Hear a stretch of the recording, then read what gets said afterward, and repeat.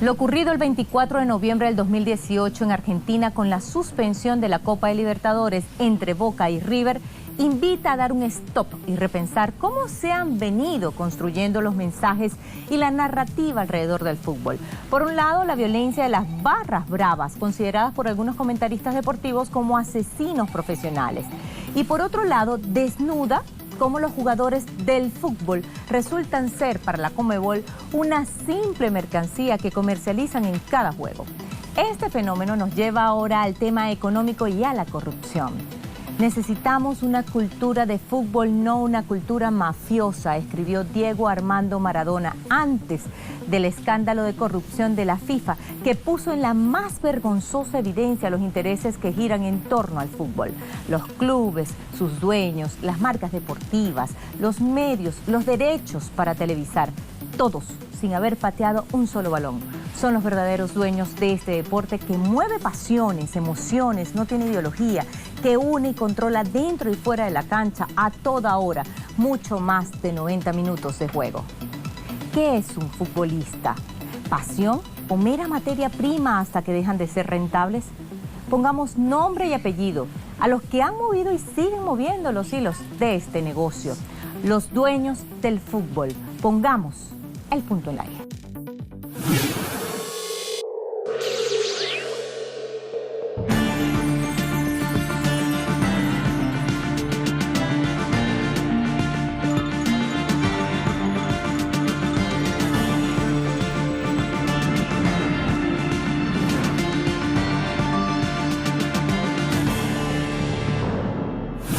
El 17 de noviembre de 2018, en Buenos Aires, debió disputarse el partido de vuelta de la final de la Copa Libertadores de América, entre los equipos argentinos River Plate y Boca Juniors. Pero al llegar el vehículo que transportaba al equipo visitante a la cancha, un grupo reducido de hinchas locales lo apedreó. La zona por la que los jugadores de Boca Juniors llegaron al estadio no contaba con la requerida custodia policial. Las imágenes demuestran que hubo una clara zona liberada por las fuerzas de seguridad. La usual presencia de violencia en el fútbol argentino motiva a que cada transporte que traslada planteles vaya acompañada de fuerzas antidisturbios, pero aquella tarde el micro de los jugadores solo era escoltado por 4 motocicletas. Todo esto derivó en un escándalo en el que se conjugaron negocios con intereses comerciales y políticos.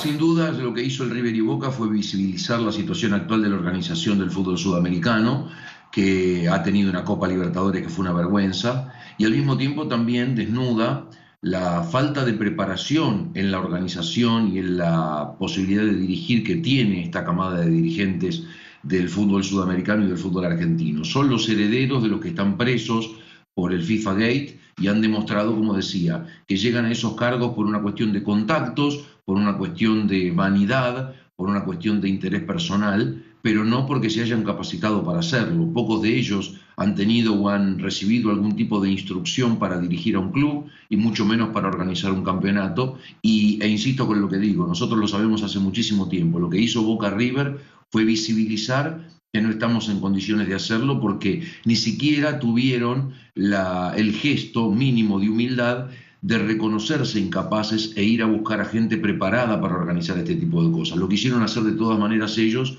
y así les salió. El paraguayo Alejandro Domínguez, presidente de la Conmebol y ex asistente de Juan Napot, condenado por el caso de corrupción conocido como FIFA Gate, quiso obligar al plantel de Boca Juniors a jugar la final pese a la agresión. El presidente de la FIFA, Gianni Infantino, le secundó. La intención era salvar el negocio a expensas de lo que sea, incluso a costa de la salud física de los jugadores, que debieron ser atendidos en un hospital de Buenos Aires. El médico de la Conmebol, Osvaldo Pangracio, señaló en un comunicado aquella tarde que se trataba de heridas superficiales y agregó que no existe una causal para la suspensión del partido. La Conmebol decidió que la final de la Copa Libertadores se jugara el 9 de diciembre en Madrid, España. Boca rechazó de plano esta decisión y River se quejó, ya que miles de sus simpatizantes en Buenos Aires, que habían adquirido un ticket, vieron frustrada la posibilidad de presenciar el partido. Protestas que fueron en vano.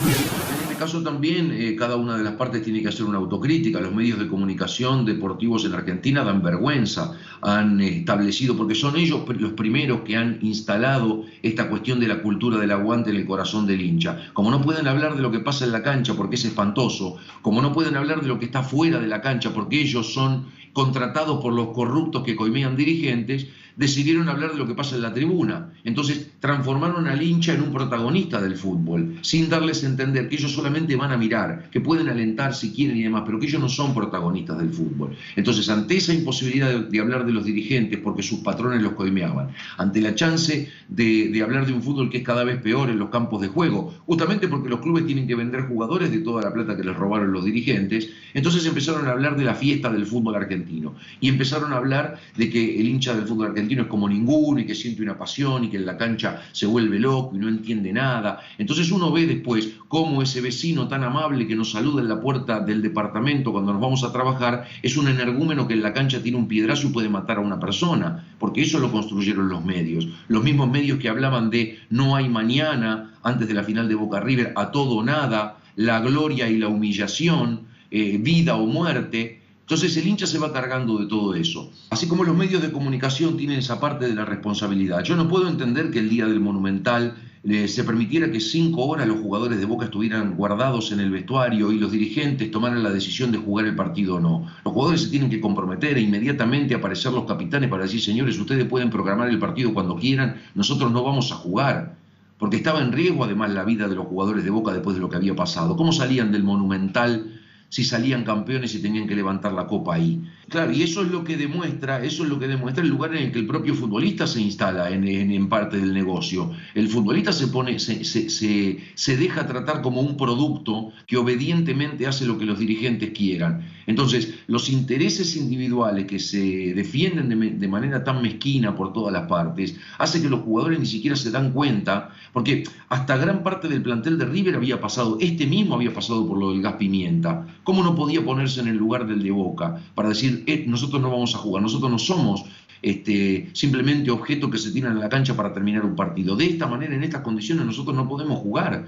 Y no lo hicieron, porque nunca se juntan por nada, salvo para hacer huelga porque no les pagan. Por el único motivo que los jugadores del fútbol argentino se juntan es por dinero. Entonces, eso, más lo que ocurre con todos los otros protagonistas, los árbitros, los entrenadores, todas estas cuestiones que tienen que defenderse, pero tiene que haber una defensa. Primero, que tiene que ser una defensa que parta de los dirigentes. Y los dirigentes, como les dije, no están preparados, defienden intereses mezquinos, van al fútbol a depredarlo, a quedarse con su plata, sin importarle el club y lo que pasa. Entonces, a partir de eso, la organización no tiene manera de mejorar. Y ni siquiera lo que terminan generando es un contexto por el cual digan: la verdad es que nosotros no somos capaces de hacer esto, vamos a buscar a gente idónea que se ocupe de organizar la Copa Libertadores, el torneo del fútbol argentino, las distintas copas, que lo explote como producto. Pero no, ¿en qué se quedan estos dirigentes? En permanentemente buscar la ventaja respecto de los otros, sin darse cuenta que están perjudicando al fútbol en general. Porque no nos olvidemos también que esta dirigencia, que ahora no pudo organizar un partido en Buenos Aires, es la misma dirigencia que subió al Chapecoense al avión de Lamia.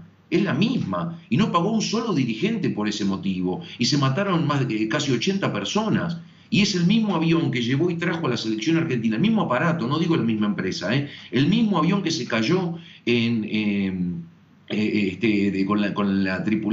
con el equipo del Chapecoense, es la misma nave que llevó y trajo a la selección argentina con Messi y todos los jugadores argentinos a jugar el partido de eliminatorias contra Brasil. Y se descubrió en la investigación siguiente que aterrizó en Ezeiza con 15 minutos de combustible. ¿Quién se hace cargo de eso? Ni un solo dirigente renunció a partir de esto que estoy contando. Entonces, ¿qué queremos? Es una nimiedad, es una anécdota que haya tenido que jugarse el partido final de la Copa Libertadores en España. Mucha gente que quizás no iba a ver River y Boca lo vio simplemente por lo exótico de que se jugara en el Bernabéu y para saber si iba a ser una carnicería que había quedado pendiente desde el tema del micro. Esto es igual que cuando ocurre con las noticias sensacionalistas y amarillistas. Lejos de poder llevar calma y moderación a la gente, lo que estimulan es la parte más macabra, más del morbo, que es un sentimiento espantoso que nos anida. Bueno, con River y Boca pasó eso. No solamente no lo hicieron jugar, y les dio más dividendos haciéndolo en España, sino que les dio más publicidad. Le dio más publicidad porque encima de que son River y Boca, encima que defienden una Copa Libertadores, está pendiente lo del micro. Entonces eso fue lo que también terminó siendo una especie de cartel publicitario que tuvo el partido. En los últimos 10 años han fallecido 210 personas por enfrentamiento entre los hinchas y han ocurrido más de 700 hechos violentos. La suspensión de la Copa de Libertadores no solamente fue un fracaso de la sociedad argentina, sino del mundo entero, que ha vivido la violencia de las barras bravas, que son tan solo una consecuencia del perverso mundo, del negocio del fútbol.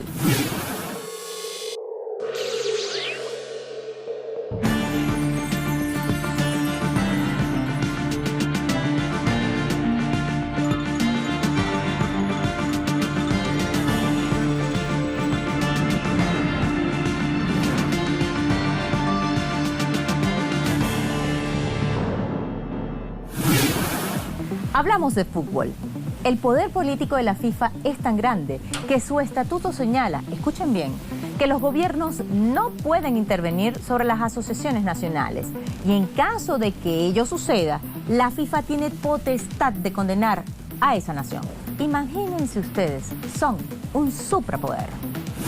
La FIFA, con sus 211 asociaciones federadas, puede jactarse de tener más representaciones que la propia ONU y en muchos aspectos mayor poder. La FIFA ha llegado a imponerle a algunos países que son sede de sus torneos que hagan modificaciones legislativas. En Sudáfrica, con motivo del Mundial 2010, exigió cambios en el Código Penal. Así algunas condenas fueron durísimas por temas menores.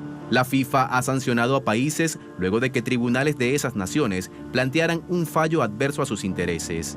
En 1985 se disputó la final de la Copa Europea de Clubes en Bélgica. Antes del partido ocurrió una tragedia en la que murieron 39 aficionados. El cotejo igual se disputó pocas horas después. En 1991, la justicia belga culpó a la UEFA por estos hechos. Como respuesta a la decisión judicial, la FIFA decidió sancionar al fútbol belga y no le permitió ser sede de torneos durante varios años. Cuando un país decide candidatearse para organizar una Copa del Mundo, debe suscribir el llamado Cuaderno de Obligaciones. En la sección 4 de ese libro, dice expresamente que los países adoptarán todas las medidas necesarias, incluida la aprobación de nuevas leyes, para cumplir con las obligaciones de ese cuaderno. También goza de un enorme poder político. Así, por ejemplo, su sede, ubicada en Asunción, Paraguay, tiene inmunidad diplomática, al igual que el Vaticano o cualquier otra embajada de algún país que integra la ONU. De acuerdo a una ley sancionada el 27 de mayo de 1997, ni jueces ni policías pueden ingresar al edificio. Las Copas Mundiales de Fútbol, esos torneos que logran captar la atención del común global y paralizar cualquier protesta, son por supuesto uno de los eventos más rentables del mundo. Las eliminatorias y el torneo disputado en Brasil 2014 le significó a la FIFA un ingreso de 4.800 millones de dólares. Teniendo en cuenta los egresos, le quedó un saldo positivo de 2.000 millones de la moneda estadounidense. Durante el reciente Mundial de Rusia, la FIFA obtuvo 6.100 millones de dólares. En Sudáfrica 2010 había ganado 1.800 millones. La comparación entre ambos evidencia los saltos de rentabilidad para la FIFA. Una de las causas del aumento de la rentabilidad es el fuerte ingreso de China en el mundo del fútbol. 7 de las 20 compañías que patrocinaron el último mundial son del gigante asiático. En 2014 había una sola empresa de ese país. Los ingresos por los derechos de televisión generaron 1.700 millones de dólares el año pasado. En ese periodo, también crecieron un 233% sus regalías anuales por parte de EA Sports, titular de la franquicia de videojuegos de FIFA, según cifras difundidas por el mismo ente. El peso de la televisión en estos certámenes es tan grande que cuesta dimensionar. Unas 3.200 millones de personas siguieron el Mundial de Sudáfrica a través de la televisión, lo que representa el 50% de la población del planeta. La televisión de Rusia dejó 3.000 millones de dólares. La de Qatar dejará 3.500. Estados Unidos prometió ganancias récord para la FIFA de 11.000 millones de dólares. La cadena mexicana televisiva fue demandada por el pago de más de 90 millones de dólares en sobornos para adquirir los derechos televisivos de los mundiales de Rusia 2018 y Qatar 2022. Un gran negocio conlleva grandes intereses y grandes mentiras para su consecución. El llamado FIFA Gate es el escándalo de corrupción más grande de la historia del fútbol. Recordemos, el 27 de mayo del 2015 fueron arrestados en Zúrich, Suiza, 7 altos directivos de la FIFA y 5 empresarios, 3 de ellos argentinos. Uno fue Alejandro Bursaco, dueño de la empresa Torneos y Competencias, la mayor productora y comercializadora de eventos deportivos de América Latina. Bursaco compartía la mitad de los derechos televisivos del fútbol argentino, nada más y nada menos que con el Grupo Clarín. Responsables de cada una de las asociaciones de Sudamérica, unidos en la Conmebol, fueron los que robaron al fútbol durante 20 años y lo llevaron al borde del desastre que fue el FIFA Gate, en lo que se descubrió. Otra vez, el escenario en el que nos movemos, para que quede claro el punto en el que está el fútbol sudamericano, porque nada cambió desde el FIFA Gate hasta ahora, simplemente han cambiado aquellos que pueden aprovecharse y depredar al fútbol sudamericano, porque los otros están presos o se murieron, entonces los nuevos se frotan las manos porque sienten que ahora van a ser ellos a los que le toque llevarse la plata. Lo que hay que entender es que ellos llegaron a esos lugares de poder y que terminaron generando toda una organización que no tiene control ni interno ni externo hasta que apareció el FIFA Gate, pero ahora ya está, el FIFA Gate se terminó, salvo que Estados Unidos se ponga a investigar otra vez para descubrir a estos nuevos delincuentes. Se llevó adelante lo que ellos quisieron sin ningún tipo de control, como decía, ni externo ni interno, y terminaron entregando, cosa que no pasa en ningún lugar del mundo, sin licitación y en exclusividad, los contratos más importantes de la Confederación Sudamericana de Fútbol, ahora llamada Conmebol, a una sola empresa o a 2 empresas o a 3 empresas, como terminó siendo Datiza con la Copa América, y recibiendo sobornos y protección periodística para que nada se descubriera. Entonces, ante esto, que es un molde que se creó primero en Sudamérica y después se fue derramando a cada uno de los países, ante esto, evidentemente, que es muy difícil poder presentar una competición como la gente y que sea creíble para el público en general. Y por eso creo también, por eso les decía yo que el fenómeno es mucho más profundo de lo que estamos tratando de ver, o lo que los medios de comunicación, de manera muy superficial y muy directa, trata de llevarle a la gente. ¿Saben lo que pasa? ¿Saben por qué también hay mucha más violencia en el fútbol sudamericano que en el europeo? No porque ellos son mejores y más educados que nosotros, pero toda esta corrupción que se descubrió, todo esto que se supo en los últimos años del FIFA Gate, generó también la convicción, que ya no importa si es cierto o no, porque las ciencias sociales hablan de esto, no importa que sea realidad o no, sino que se cree que es la verdad. Y el fútbol sudamericano está convencido que todo lo que pasa en las canchas de Sudamérica se puede comprar, porque ya demostraron que se robaron todo con el FIFA Gate. Entonces, cuando un asistente levanta una bandera y cobra una posición adelantada, para el hincha no es un ser humano que se pudo equivocar, es parte de un complot que viene a despojarlo de algo. Y eso, de la única manera que tiene de ser canalizado por parte del hincha, es a través de la violencia, de la falta de convicción, de la incredulidad respecto de que haya algo transparente. Lo que dejó expuesto el FIFA Gate, y es algo que por supuesto nadie aprendió y todos se encargaron de disimular, es la necesidad que tiene el fútbol de un control externo. Si una vez la justicia estadounidense se metió a investigar y barrió con toda la dirigencia corrupta de la Conmebol, ¿cómo no se aprende que, como la justicia de un país no se va a dedicar todo el tiempo a investigar, si hubiese realmente deseo de cambiar las cosas, Infantino, Domínguez y toda esta gente, hubiesen creado un organismo independiente de la FIFA y del fútbol que se dedique a investigar qué es lo que ocurre con el manejo de los fondos que son de derechos de televisión, de la recaudación de la FIFA por sponsoreo, para ver cómo se distribuye, para ver a qué mano llega. Eso era lo primero que tenía que hacer alguien que quisiera cambiar de verdad el fútbol, porque se dio cuenta, bueno, si alguien de afuera vino a investigar y encontró esto, nosotros lo que necesitamos es que alguien de afuera esté todo el tiempo fiscalizando. Y no se hizo nada, y le dieron los derechos otra vez a los mismos que llevaron al fútbol sudamericano a esta situación y que protegen a estos mismos dirigentes que van a seguir robando como hicieron los anteriores. Por eso digo, como nada va a cambiar, el resultado seguirá siendo el mismo y lo que insisto en remarcar es que esto pasó 3 años atrás. Por eso cuando a mí me preguntan si es una oportunidad para cambiar, digo, ¿cuántas muertes, cuántos hechos como estos ya ocurrieron que supuestamente eran el punto de partida de un cambio profundo que había que hacer? Y no se hace en lo urgente, es decir, en lo que va a suceder en el próximo partido, en cuanto a la seguridad, en cuanto al comportamiento de la gente, y no se hace a largo plazo, comenzando a trabajar como deberían, con todos los chicos que van a ser los futuros espectadores de fútbol en la Argentina. No hay educación, no hay nada, se les enseña por parte de quienes van a la cancha a escupir, a insultar, es lo primero que se aprende. Casi que el chico tiene una especie de bautismo futbolístico, escupiendo e insultando a un jugador rival. Entonces, eso es lo que va a generar que la fabricación, el desplazamiento, la renovación que haya de los hinchas del fútbol argentino sean cada vez más energúmenos. Y esto no se va a modificar porque no hay ningún tipo de proyecto ni de intento de modificarlo, ¿no?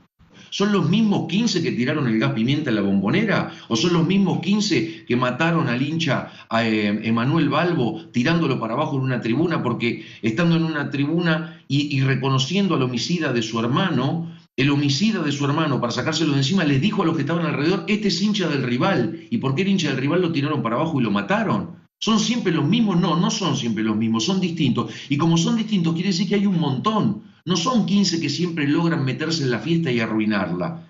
El problema está adentro y tiene que ver con la complicidad de las fuerzas de seguridad, con el amarillismo de los medios de comunicación, con la pasividad absoluta, preocupante y dolorosa de los futbolistas, de los entrenadores, de los árbitros, de todos los que hacen al mundo del fútbol. Entonces el fútbol termina siendo propiedad de una camada, de una corporación de dirigentes corruptos que no tienen ningún tipo de control y que hacen del fútbol lo que se les antoja. Y ellos, unidos a los dueños de los medios de comunicación, a los que sobornan los dueños de los medios a los dirigentes, se protegen mutuamente. Por eso no vamos a tener más un FIFA Gate. Y es más, el robo va a ser a mayor escala y ahora que pasó el FIFA Gate van a generar los anticuerpos para que nunca más los descubran, porque tienen hasta esa advertencia. Y pagarán solamente como corruptos aquellos que estaban en tiempo y espacio ocupando los cargos, sin darse cuenta que lo que hizo el FIFA Gate fue arrancar los efectos, la causa profunda, que son ahora estos dirigentes los que se van a aprovechar del fútbol. La causa es la estructura del fútbol sudamericano, que es un fútbol en manos de dirigentes corruptos que no tienen control ni externo ni interno y que manejan volúmenes millonarios de dinero. Detrás de un juego de fútbol se mueven los intereses económicos más perversos que encuentran su mano ejecutora en oligopolios mediáticos que cobran cada dividendo que le genere el sensacionalismo. Es así como análisis conducen a catalogar a los jugadores como víctimas que son manejados como productos, en dirigentes que buscan la manera que el show continúe por encima de lo que sea a expensas de los amantes del deporte, y en asociaciones que no resguardan otra cosa que sus cuentas. El fútbol, que representa la unión de familias y pueblos que derraman emociones, parece ser parte de una cultura, así como la describimos, una cultura deportiva del pasado. El FIFA Gate quizás solo puso fin a una era de corruptos, pero continúa un lado oscuro del fútbol que pareciera no tener fin. ¿Quiénes son los dueños del fútbol? Los empresarios, políticos, la corrupción y los vicios que van manejando los sueños de los jugadores, que entre cada derrota y victoria regalan una pasión infinita y desbordada. Pusimos el punto en la I.